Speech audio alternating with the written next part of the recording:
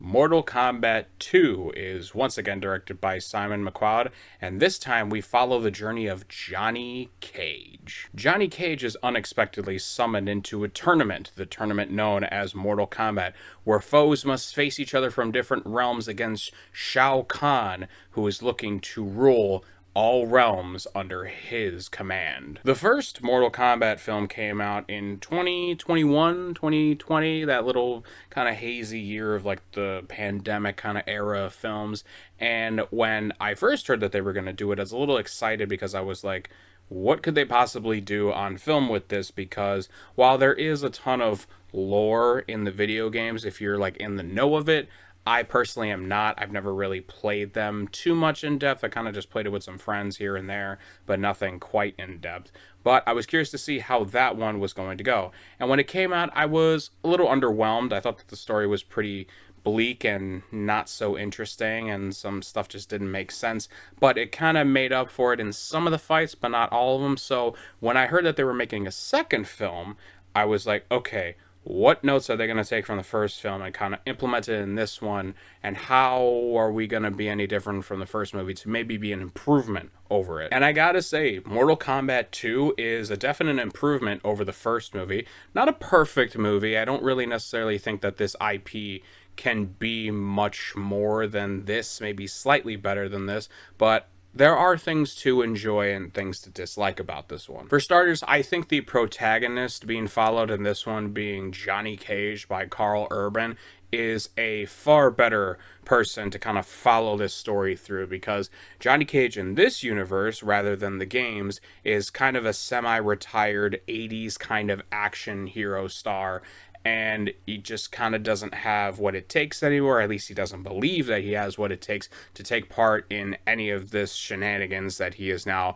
brought himself into. And it makes sense to do it this way, and I wish they would have probably done it a little bit better in the first film with this, because the whole idea of Mortal Kombat is ridiculous by nature. It's these weird beings from different realms that know how to do martial arts really well, and some of them have really insane powers of like fire and like lasers and half cyborgs and stuff like that. So putting the straight man in of just like kind of regular old actor guy to witness everything, kind of being the surrogate for the audience to view the world from, is a much better approach. It also helps that the guy that they had playing Johnny Cage in Karl Urban is very charismatic and really knows how to deal with the comedic timing of these sorts of things. You see the show like The Boys and all the other work that he had done prior to this, and you know, Karl Urban has a pretty extensive filmography. I mean, hell, they even make a Lord of the Rings reference in this, and he's even in that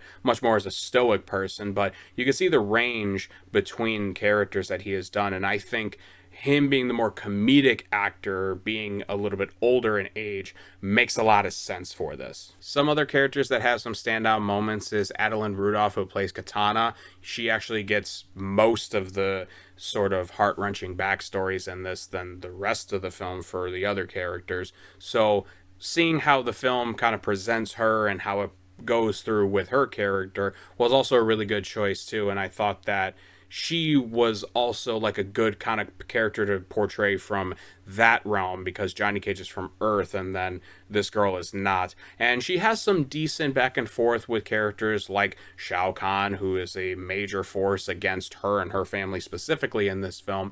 I thought that what limited characters I found to have like compelling plots, she definitely fits the category of that for sure. And the special effects and all the stunt work and everything like that in this film is pretty top notch. Maybe a slightly underwhelmed in some instances, but other forms of combat and other scenes that I've seen in this kind of really put that to the wayside, honestly. There's some fights where I was like, oh, that's cool, that's, you know, whatever, a little CG heavy, but fine. But again, it's a video game about martial arts, so I don't really know how goofy you don't want this to be, because like people are getting sliced and diced, and you know, there's like weird superpower stuff happening, so you're gonna get a little hokiness in it. And I think that it kind of balances the acts of being like a super martial arts heavy type film mixed in with a lot of mythical sort of action in it. I think it blends it as well as it could be. But as I said, there's positives and negatives, and whether you want to take it into the negatives outweigh the positives in this movie,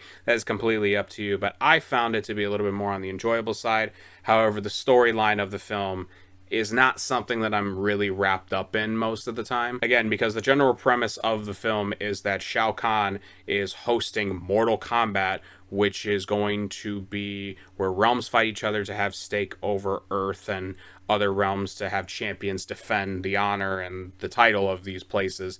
And it's about as bare minimum as you get. Like, the plot kind of just like rushes through everything. Some character beats are not really kind of explored as much as you would like. Characters kind of take a back seat at points, you know, with like the sprinkle of like cameos from people here and there, and like little scenes from certain people here and there. So it is not narratively satisfying probably for most. I think it's fairly rushed and kind of just like whatever. But realistically, you're going to Mortal Kombat to see some people fighting people, and I think that more than delivers. I think it's a solid film. If you were a fan of the Mortal Kombat franchise, I think that this one would probably be more of your money's worth than the first film was for sure. But if you're looking for like really in lore depth sort of stuff, I wouldn't probably say you're going to be satisfied with it. But the fights, no less, is what everyone's really looking for.